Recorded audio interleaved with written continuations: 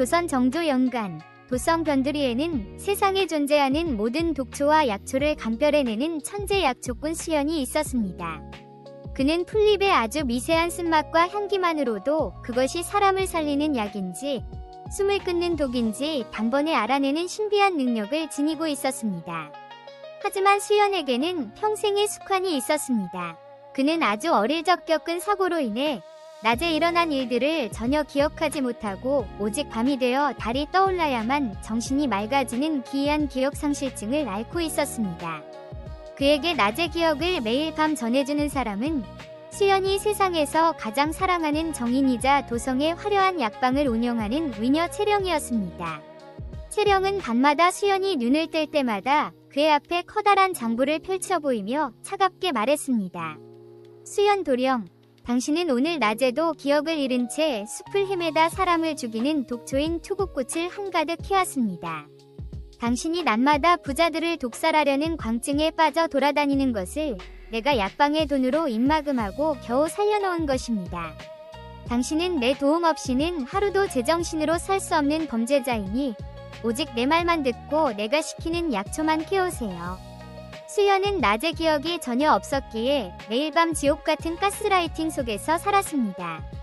그는 자신을 지켜주는 채령에게 복종하며 오직 그녀를 향한 사랑과 죄책감으로 밤마다 목숨을 걸고 깊은 산속을 뒤져 귀한 약초들을 캐다 바쳤습니다.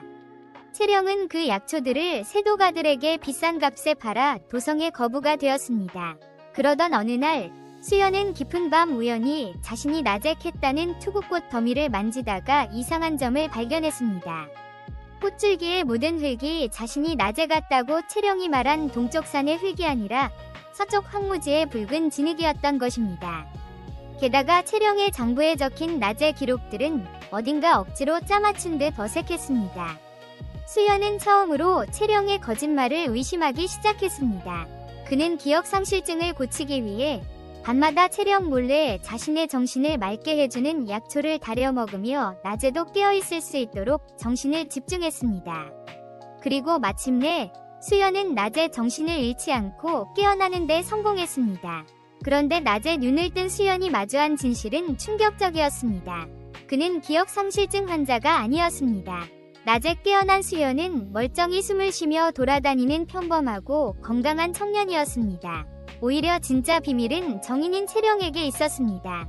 수연이 몰래 지켜본 채령은 낮 시간 내내 방 안에 홀로 갇혀 누군가에게 지독한 폭행과 협박을 당하며 울고 있었습니다.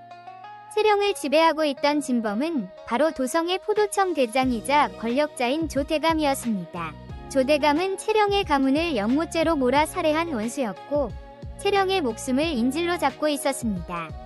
조대감은 수연의 천재적인 약초 감별 능력을 빼앗아 도성의 정적들을 독살할 계획을 세웠고 채령을 협박하여 수연에게 거짓 정보를 주입하게 만든 것이었습니다.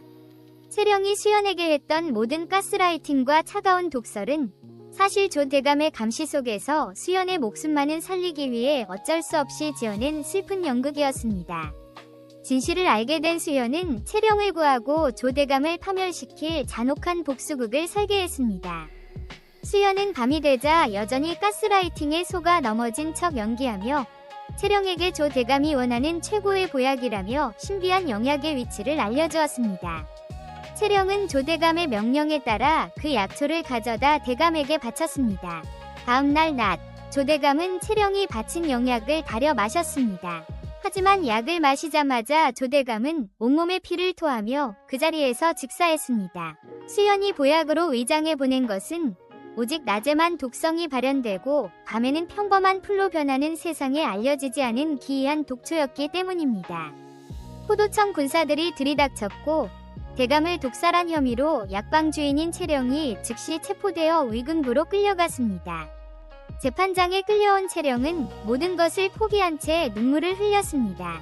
조대감을 죽인 것은 나이온이 나를 처형해달라고 자백했습니다. 그녀는 끝까지 수연의 이름을 숨겨 그를 지키려 했습니다.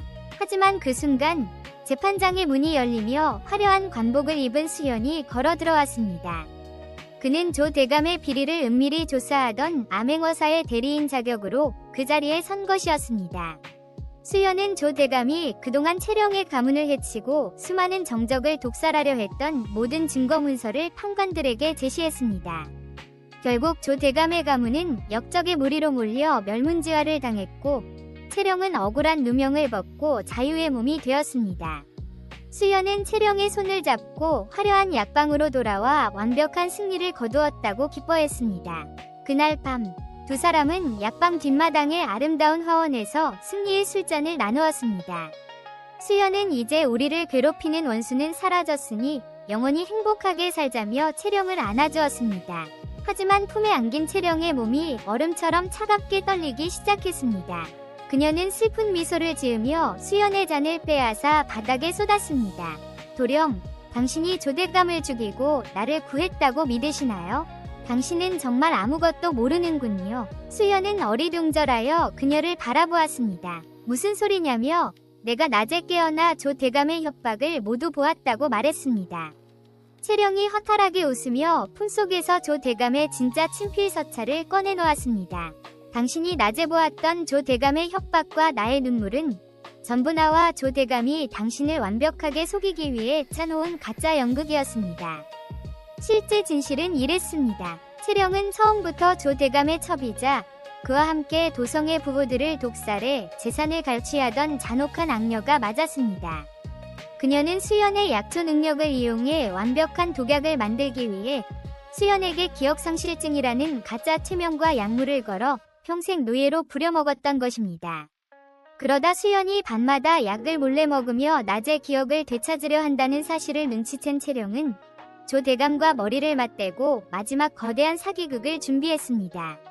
수연이 낮에 깨어났을 때 일부러 조 대감이 채령을 협박하는 불쌍한 모습을 연출하여 수연이 스스로 정의감에 불타 조 대감을 죽이도록 유도한 것입니다. 수연은 큰 충격을 받아 뒤로 물러섰습니다. 그렇다면 조 대감이 왜 당신이 준 독약을 마시고 죽었단 말이냐며 소리쳤습니다. 채령이 차갑게 속삭였습니다. 조 대감이 마시고 죽은 그 독약은 도령 당신이 준 게 아닙니다. 내가 당신이 가져온 보약을 진짜 독약으로 바꿔치기해 조 대감을 죽인 것이지요. 조 대감은 너무 많은 비밀을 알고 있었고 이제 도령의 능력을 완벽히 빼앗았으니 그 늙은 영감은 더 이상 나에게 필요 없었으니까요. 결국 수연은 채령을 구하기 위해 복수를 한 것이 아니라 채령이 자신의 동업자인 조 대감을 합법적으로 제거하고 포도청의 권력까지 손에 넣기 위해 설계한 거대한 장기판의 마려우로 이용당한 것뿐이었습니다. 수연이 조 대감의 비리 증거라며 재판장에 바친 서류들 역시 사실은 채령이 조 대감을 배신하고 그의 가산을 통째로 집어삼키기 위해 수연의 손을 빌려 제출하게 만든 가짜 조작 문서들이었습니다.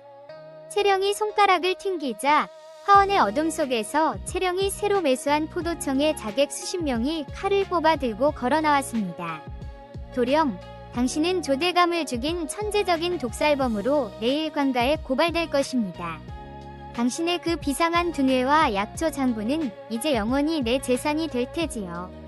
감옥에서 평생 나를 원망하며 썩어가세요. 수연은 배신감과 절망감에 미쳐버린 채 비명을 질렀습니다.